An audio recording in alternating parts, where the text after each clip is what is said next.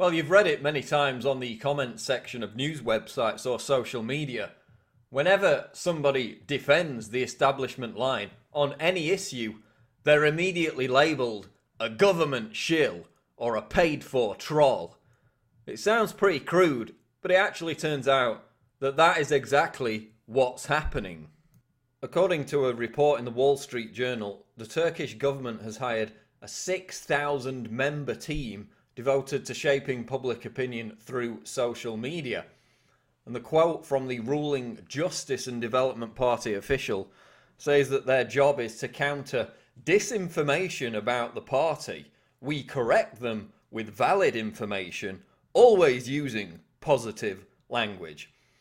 And what most people don't realise is that governments and corporations all over the world have, for at least 10 years, used paid-for shills, hired trolls, to defend their official narrative, to defend the establishment line.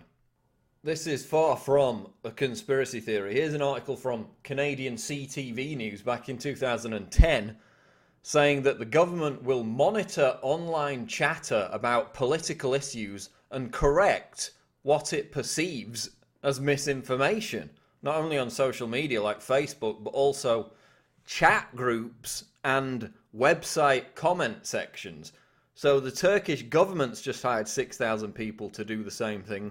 The Canadian government admitted they were doing it back in 2010.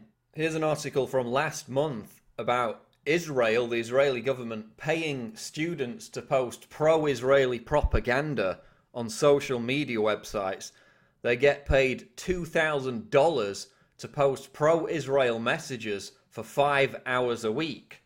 So Turkey's doing it, Canada's doing it, Israel's doing it. Here's an article from 2011 which admitted that since 2005, the communist Chinese government has a growing army of paid internet commentators. And they actually call it an important battlefield of ideology. So Beijing has also hired numerous individuals as paid government shills to spout pro-Beijing, pro-communist, pro-Chinese propaganda on the internet. And again, look at that quote. An important battlefield of ideology. So you might think that leaving a comment on a news article is kind of fruitless. Engaging in a debate with a troll is kind of fruitless.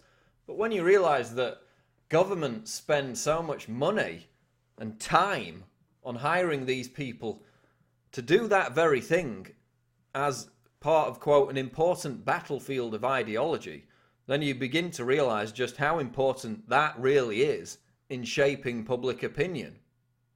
And corporations do it too in terms of product reviews. Here's Microsoft having to deny that they hired contractors to post positive comments about the Xbox One. Of course, there have been numerous reports about Monsanto hiring paid propagandists to go into social media and news website comments to give their side of the story. Of course, they also have an army of lobbyists and they pay millions and millions of dollars for Americans not to know that GMO is in their food.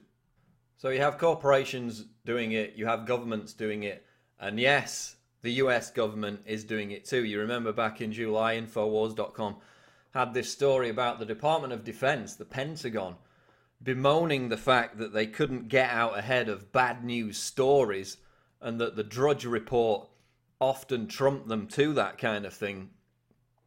So now they're trying to get out ahead of bad news and come to terms with telling bad stories as well as the good.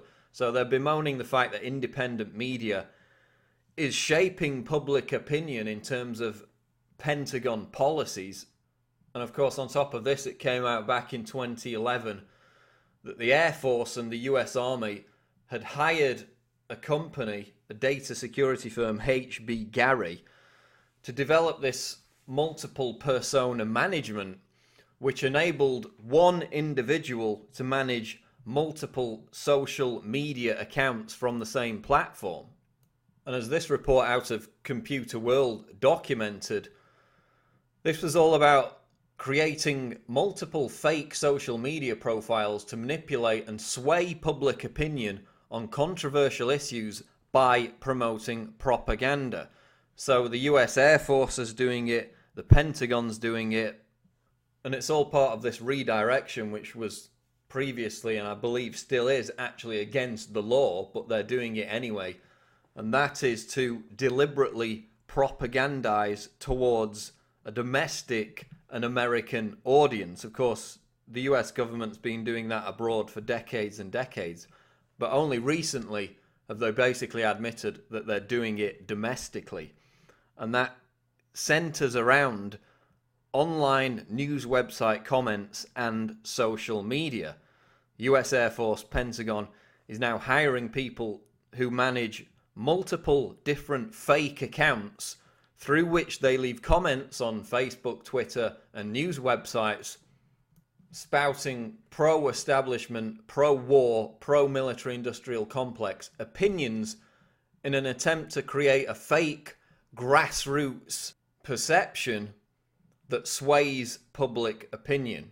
So next time you're on Facebook or Twitter or on the comment section of a news website and you see people leaving bizarre pro-establishment positions that don't seem to jive with the majority of the feedback, just remember that this is not a conspiracy. It's a real fact that corporations and numerous governments around the world, including the Canadian, Israeli, and American governments, pay armies of shills, they pay trolls to leave pro-establishment comments on social media and news website comment sections. It's not a conspiracy theory, it's all an admitted fact. So watch out for it in the future. And again, it's a battlefield of ideas.